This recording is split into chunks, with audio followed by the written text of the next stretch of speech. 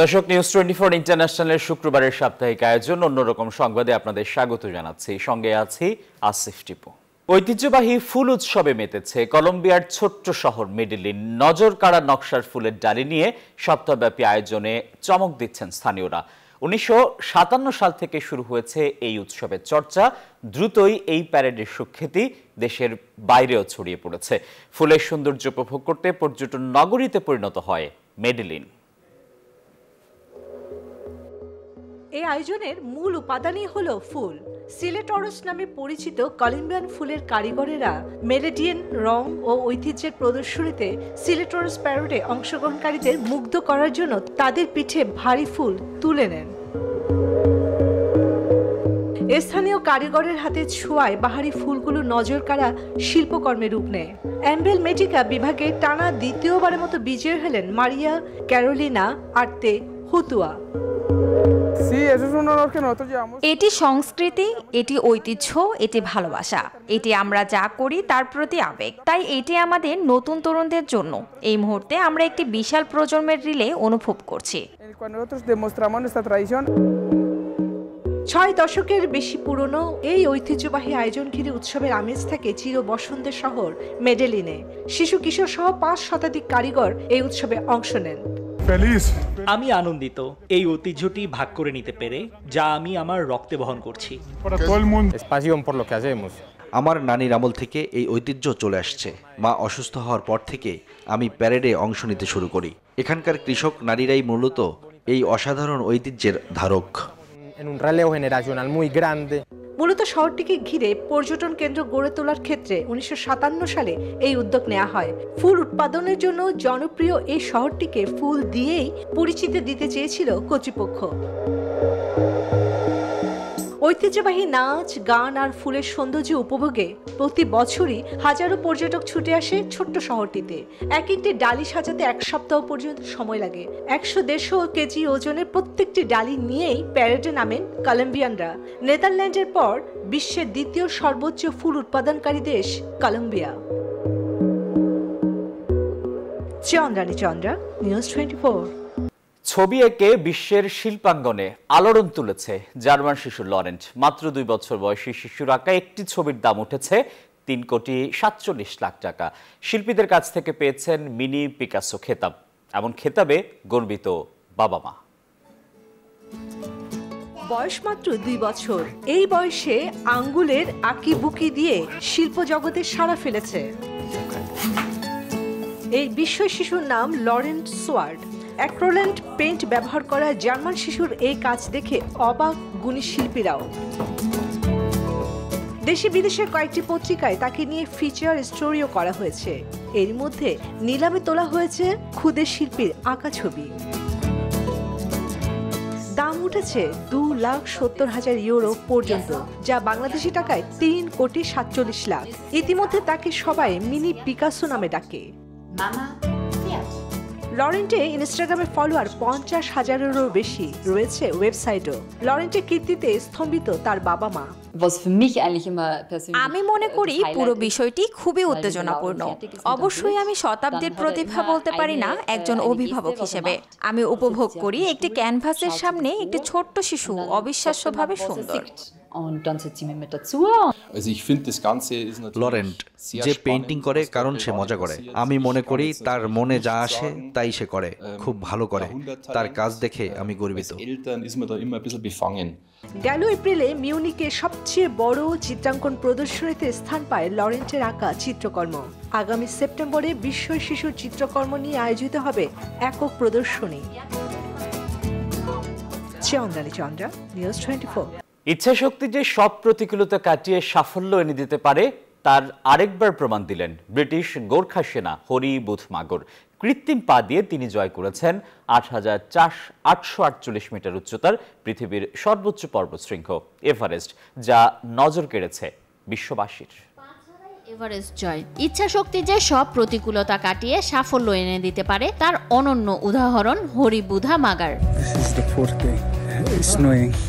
যুদ্ধে 2 পা হারিয়ে নিজ শক্তিকে পুঁজি করে এভারেস্টের চূড়ায় পৌঁছেছেন হরি। 2 পা ছাড়া এভারেস্ট জয় করে বিরল রেকর্ড গড়েছেন তিনি। हौसला उनीहरूले के अलिकति এভারেস্টের চূড়ায় উঠেছেন অনেকেই, তবে বাকি সবার চেয়ে আলাদা হরিবুধা মাগার নামের নেপালে এই এভারেস্ট জয়ী। বিশ্বের সর্বোচ্চ পর্বত শৃঙ্গ জয়ের পর অতিমানবীয় অর্জনের জন্য কাঠমান্ডুতে ফিরেই তিনি পেয়েছেন বীরের মর্যাদা। রেসপন্সিবিলিটি ल्याएको छु जस्तो लागेको छ र म 43 বছর বয়সী হরির ইতিহাস গড়ার পথটি সহজ ছিল না। পড়তে হয়েছে নানা বাধার মুখে। শারীরিক প্রতিবন্ধকতা নিয়ে পাহাড়ে ওঠা আগে নিষিদ্ধ করে নেপাল সরকার। এরপর এই সিদ্ধান্তের বিরুদ্ধে মামলা হলে তা স্থগিত করে দেশটির সুপ্রিম কোর্ট। এরপরে যেন কপাল খুলে যায় হরির। 17 এপ্রিল শুরু হয় কৃত্রিম পা নিয়ে হরির এভারেস্ট অভিযান। সকল বাধা পেরিয়ে এই মাউন্টেন ক্লাইম্বার চূড়ায় পৌঁছান 19 মে। এই বিশ্ব রেকর্ডধারীর দাবি, প্রবল ইচ্ছে শক্তি আর লক্ষ্যে অটুট থাকলে কোনো কিছুই অসম্ভব নয়। আনন্দে আত্মহারা এভারেস্ট জয়ী হরি জানান তার আনন্দের কথা। পৃথিবীর সর্বোচ্চ চূড়ায় দাঁড়িয়ে আমার অনুভূতি অসাধারণ। প্রতিটা মানুষের নিজস্ব দুর্বলতা ও অক্ষমতা রয়েছে, সেসব কাটিয়ে আমাদের শক্তির জায়গা খুঁজে বের করতে হবে। অন্য নেপালের যুবকদের মতোই ব্রিটিশ সেনাবাহিনীর গোর্খা রেজিমেন্টে যোগ দিয়েছিলেন হরি। 2010 সালে আফগানিস্তানে অভিযানের সময় 2 পা হারান তিনি। তবে নিজের এই দুর্বলতার কারণে অন্যদের চেয়ে পিছিয়ে পড়তে নারাজ হরি। তিনি বললেন, মৃত্যু পর্যন্ত শারীরিক প্রতিবন্ধী ব্যক্তিদের নিয়ে কাজ করতে চান তিনি। 2 পাবিহীন প্রথম এভারেস্ট জয়ী হলেও শারীরিক প্রতিবন্ধকতা নিয়ে এই কৃতিত্ব অর্জনকারীদের মধ্যে প্রথম নন হরি। 1995 সালে ডান পা ছাড়াই এভারেস্ট জয়ের কৃতিত্ব রয়েছে টম হুইটেকার। সবচেয়ে দ্রুততম চার্জিং ব্যাটারি আনার দাবি চীনা গাড়ি নির্মাতা প্রতিষ্ঠান জিকরের। তাদের দাবি মাত্র 10 মিনিটের চার্জেই জিকরের নতুন বৈদ্যুতিক গাড়ির ইভি ব্যাটারিগুলো শীর্ষে থাকা টেসলা সহ অন্য যে কোনো প্রতিদ্বন্দ্বীর চেয়ে দ্রুত চার্জ হয়। এদিকে মূল্য হ্রাস এবং প্রণোদনা দেয়ায় টেসলার দ্বিতীয় ত্রৈমাসিক রাজস্ব আশ্চর্যজনকভাবে বৃদ্ধি পেয়েছে। বিবিসির প্রতিবেদনে বলা হয়, চীনের জিকোর 007 2025 মডেলের নতুন গাড়ি -10 ডিগ্রি সেলসিয়াস তাপমাত্রায় ব্যাটারিগুলো 10% থেকে 80% চার্জ হতে আধা ঘন্টা সময় নেয়। কোম্পানিটির দাবি, শীতল আবহাওয়ার মধ্যেও তাদের ব্যাটারি ভালো থাকে। অন্যদিকে ইলন মাস্কের কোম্পানি টেসলা দাবি, তাদের মডেল 3 গাড়িগুলোর ব্যাটারি মাত্র 15 মিনিট চার্জ করলে 282 কিলোমিটার পর্যন্ত চলতে পারে। জিকোরের ঘোষণার প্রতিক্রিয়া জানতে বৈদ্যুতিক গাড়ি নির্মাতা প্রতিষ্ঠান টেসলা এবং BYDর সঙ্গে যোগাযোগ করে বিবিসি। কনসালটেন্সি ফার্ম সিনো অটো ইনসাইটের প্রতিষ্ঠাতা ও ব্যবস্থাপনা পরিচালক তুলে বিবিসিকে বলেন, জিকোরের সাহসী দাবিগুলো বিশ্বাসযোগ্য। চার্জিং ইভি ব্যাটারি নাও হয়, তারপরও দ্রুততম হওয়ার জন্য তারা এক ধাপ এগিয়ে গেছে।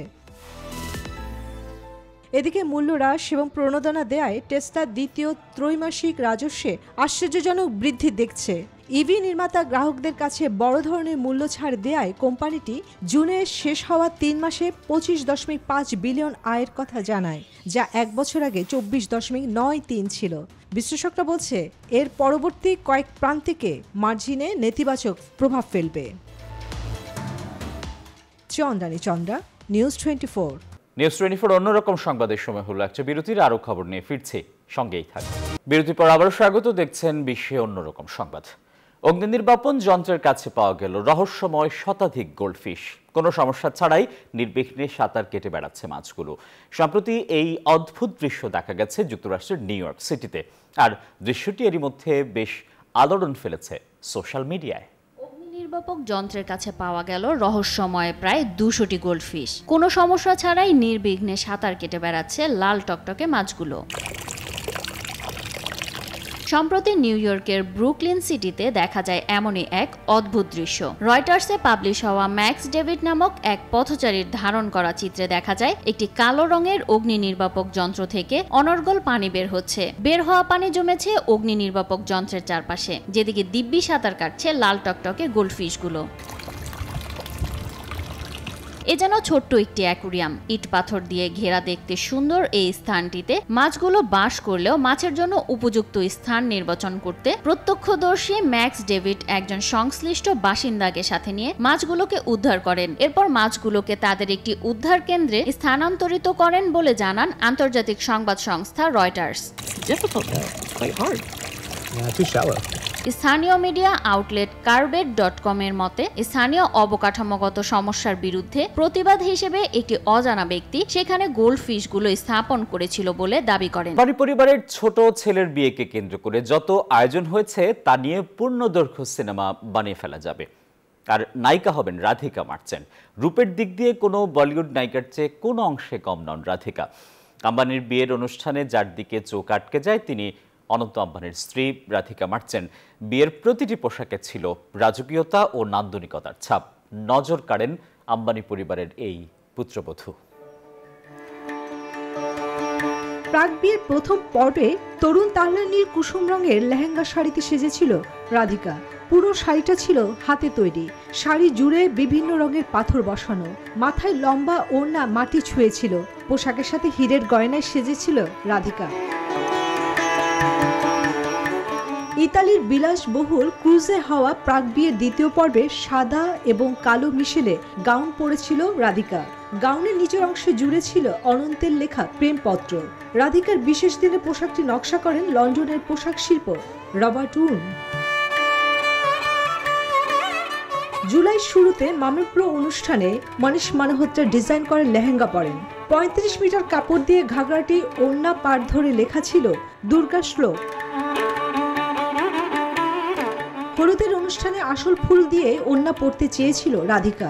তার চাহিদা অনুযায়ী গাঁদা ও বেলি ফুলের তৈরি পোশাকটি তৈরি করেছিল অনামিকা খান্না, যা রাধিকার স্নিগ্ধতা বাড়িয়েছিল বহুগুণ। ধনী ব্যক্তিদের রাজকীয় বিয়ে মানে সব্যসাচী মুখোপাধ্যায়ের ফ্যাশন ডিজাইনের পোশাক থাকবেই। সেই ট্রেন্ড ভেঙে পুত্রবধূ রাধিকা তার বিয়েতে পরেছেন ফ্যাশন হাউস আবুজানি ও সন্দীপ খোসলার ডিজাইনের আউটফিট। শুভ আশীর্বাদে পোশাক ছিল ইতালিয়ান ক্যানভাস। রাধিকা আনন্দের ভালোবাসায় ফুটে উঠে লেহেঙ্গার ক্যানভাসে। এঁকেছিলেন তিনি একজন বঙ্গতনয়া জয়শ্রী বর্মন। আর রিসেপশনে অনামিকা খান্নার একটি স্বতন্ত্র শাড়ি সেলুলোয়েড পোশাকে বেছে নেন রাধিকা। সেই শাড়ির সঙ্গে ব্লাউজ নয়, রাধিকা পরলেন একটি 24 ক্যারেটের সোনার কর্সেট।